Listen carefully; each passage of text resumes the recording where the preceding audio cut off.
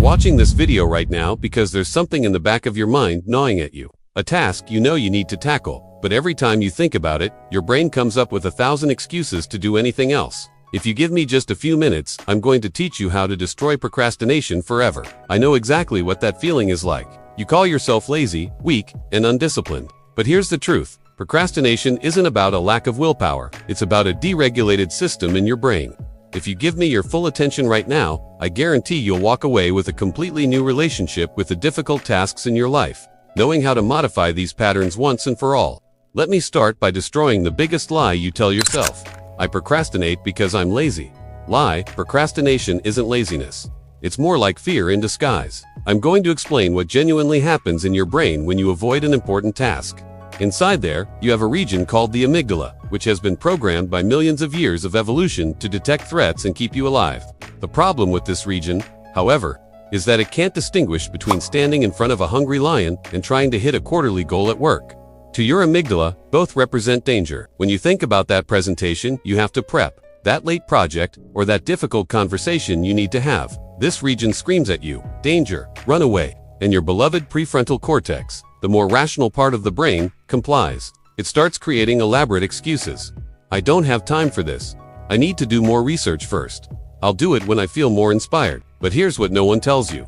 These excuses aren't rational. They are rationalizations created to justify what your amygdala has already decided to flee. Your primitive brain has one sole mission: to keep you alive, and to it, anything uncertain, uncomfortable, or that could cause pain is interpreted as a threat. So, it activates your flight system. When you avoid starting that project, it's not because you don't want success, it's because a primitive part of your brain is whispering, what if you fail? What if you're not good enough?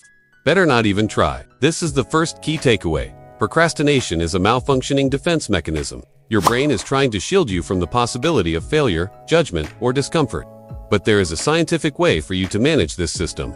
To understand the neurobiology of procrastination, I need to talk about dopamine in a way no one has ever explained to you. Yeah, you might be tired of hearing about dopamine, but it's what generates behavior and the motivation to actually perform that behavior.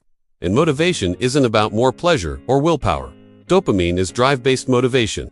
It's the fuel that makes you pursue a goal, even if you're reluctant. In your brain, there are two types of dopamine at work. Phasic dopamine, explosive spikes that make you act impulsively, like clicking on that random video when you should be working, breaking your diet, or drinking alcohol. Tonic dopamine, the steady flow that keeps you focused on a task from start to finish. This is the dopamine that helps you pick up a book and maintain motivated attention. Procrastinators have a problem. Phasic dopamine hijacks the tonic one. It's like having a constant hose of motivation. But someone keeps turning it off to use for other, more immediately interesting things. But you can control which circuit stays on. The first tool to do this is so simple, it sounds too obvious, but when applied, it changes your life. I want you to pause for a second and think about that one task you're avoiding. Now, answer honestly. What is the fear behind it? Fear of not being good enough. Fear of discovering you aren't as smart as you thought. Fear of starting and not being able to finish. Or fear of judgment from others. Name your fear and write it down physically, on paper. It's no coincidence I use the word physically. When you write by hand, you activate a different part of the brain. This takes the fear out of the abstract, undefined dimension of your mind and turns it into a concrete thing you can face. Why does this work? Unnamed fears are like giant shadows that keep you in a chronic state of alert. When you name and externalize your fear, you're transferring the irrational, emotional processing to your logical, rational prefrontal cortex. But naming the fear is only one step. I'm going to teach you something that goes against everything you've learned about motivation. How to be afraid of the right thing. Most people are afraid of the action. I'm going to teach you to be afraid of inaction. Close your eyes for a second and visualize this. 6 months from now, you've done nothing about the thing you were avoiding today. How do you feel? What opportunities did you miss? What version of yourself did you let die by not taking action? Now visualize 3 years from now. Same story, same procrastination, same fears. What does your life look like? This visualization isn't meant to torture you. It's to reconfigure your decision-making system. Your primitive brain needs to understand one truth. The greatest risk isn't trying, and failing it's not trying, and living forever wondering what if. Your brain is terrible at calculating long-term consequences because it was programmed to avoid immediate pain, the discomfort of starting without considering the gigantic long-term pain. The regret of never having tried. Once you manage to be more afraid of inaction than of action, something excellent happens. Procrastinating becomes more painful than doing. So, Understanding the entire system of procrastination, you need to organize the few dopaminergic pathways in your brain. One of the most genius ways to organize your life is to do the following. One task at a time. Write down only one difficult thing you need to do today, not a list of 10. Why your brain cannot release tonic dopamine for multiple simultaneous goals. Set an artificial deadline. If you think you need 4 hours, give yourself 3. This activates Parkinson's law. Your brain works more efficiently under controlled pressure. Choose your reward. Select something you genuinely want to do after finishing the task. Remove the distractors. Everything that can hijack your phasic dopamine gets moved away. Phone in another room, tabs closed, notifications off. The reward must be intentional, not automatic. Instead of watching Netflix out of habit, you earn that episode. Instead of scrolling Instagram out of boredom, you conquer 20 minutes of social media. When you turn enjoyment into a reward, the difficult task becomes more appealing because your brain associates it with something pleasurable. And in the end, the reward feels more pleasurable because it was earned.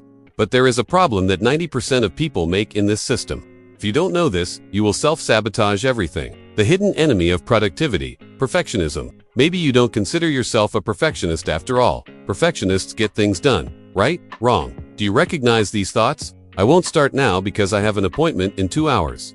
I need to be 100% inspired to do a good job. I don't have the perfect environment to focus. It's not the ideal time. These are automatic, perfectionistic thoughts disguised as logical thoughts. The truth is, there is no perfect moment. There is a moment when you decide to start. You can put into practice the rule of the imperfect minutes. Instead of waiting for ideal conditions, you will commit to doing 2 minutes of the boring work, the work you can't stand, with no pressure for quality, no expectation of the result. You will just do it. Why does it work? Because the biggest obstacle isn't doing well, it's starting. And once you break that inertia, the action becomes easier. Your brain can't use perfectionistic excuses for something you've already accepted will be bad. Last thing, and perhaps the most important of all, what is going to make you get out of bed and fight even on the days you don't want to? Even when no one is watching, even when no one is going to applaud you. Everyone has a core motivation, that deep thing that makes you get out of bed. It could be not disappointing people you love, proving a doubt or wrong, creating the life your parents never could have, or not dying wondering, what if I had tried? This motivation isn't about being positive, it's about finding something that is already inside you, even when everything is hard. For me, it's simple. I don't want to reach 60 years old regretting that I didn't try to be the best version of myself. What about you? What is yours? When you connect your daily tasks with your real motivation, procrastination stops being an option. It becomes a betrayal against yourself. So, to summarize, procrastination isn't a weakness, and you can change it. With these small daily modifications, you will see significant changes. My challenge to you is, pick one tool I shared today and apply it in the next 24 hours. Not all of them, just one. And if this video changed your perspective, share it with someone else who needs to hear this too. Subscribe to Lovecraftian Psychology and share this video. We'll see you in the next video.